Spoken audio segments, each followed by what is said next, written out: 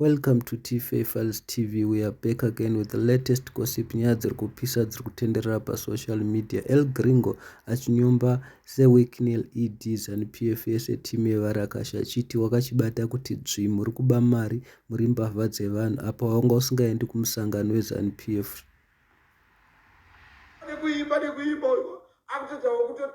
After elections, they know I'm 10 times better than I was before elections.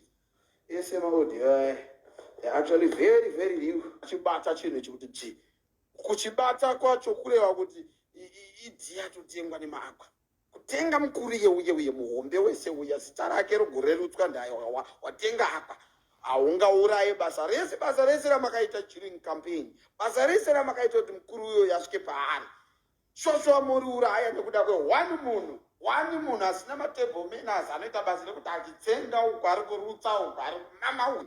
There's actually nothing that he did in the campaign. One person, one chifuta ovangoyavata nda 10 times better. Wa 10 times better iwe ndiwo usina chawakaita ndiwo wa 10 times better.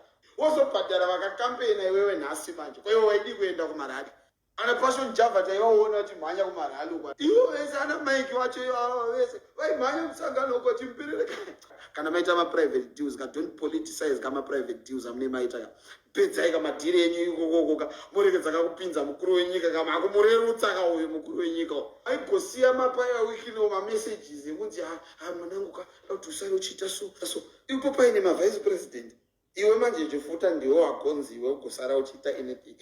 Nyaya haine musangano iyoiye dhanda yeti ratingori naro chete rikungotaurisa chete hanzi ukadzimara wakubhururuka padhuze nezvaunotsva ndozviri kutoitika izvozvizvo. Musade kuzouya muchida kutityisidzira kuti ndimi maita kuti musangano ureruke miti kana ma-instructions ekunzi nyika inosara yakadai so mukuru achienda kuitani iwa madetails waiti kumapiurwei padhuze pake paakusvikika zvakapfava kudai so chiiko chaita kuti mukuru arerutswe like this.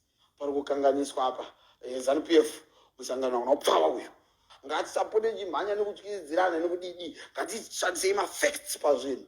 Ukina wakambobvira akaenda kurali yeZANU-PF inotoziva mapicture akaripo waimuona ina tsvangirai umbomuona ina chamisa hasi tori mune musangano wewe konoti unoenda uko munovhara vanhu wodzoka kunokoda kutyisidzira vanhu nekuti anzaiwa inini ndiri padhuze nemukuru ndakachibata chiko chamakabata chamazonyanyobatisisa zvokuti mabva matyisa nyika yese kunzaiwa ndakachibata muchichibate iko ezvinoizvika.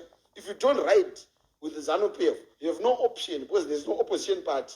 You don't come and say, hey, ZANU-PF after election. ZANU-PF have already won. It won without cars. ZANU-PF. Those cars, ZANU-PF won without those things. Amushama shinzigura mega zvachitaurwa naEl Gringo ari kudedza kuti wanga wakazara uchimhanya kwese nemaakwa ako asi chinhu chatoziva ndechekuti kumusangano weZANU-PF wanga usingaendi. Vamwe vari nani vanana Mike ava vaienda kumusangano iwe wakungouya nemaakwa ako. Handizi guys munoti kudini hazvo asi El Gringo ari kudedzera kuti aiwa seWicknell munotambira kunonyudza dzikama izidumbu senene.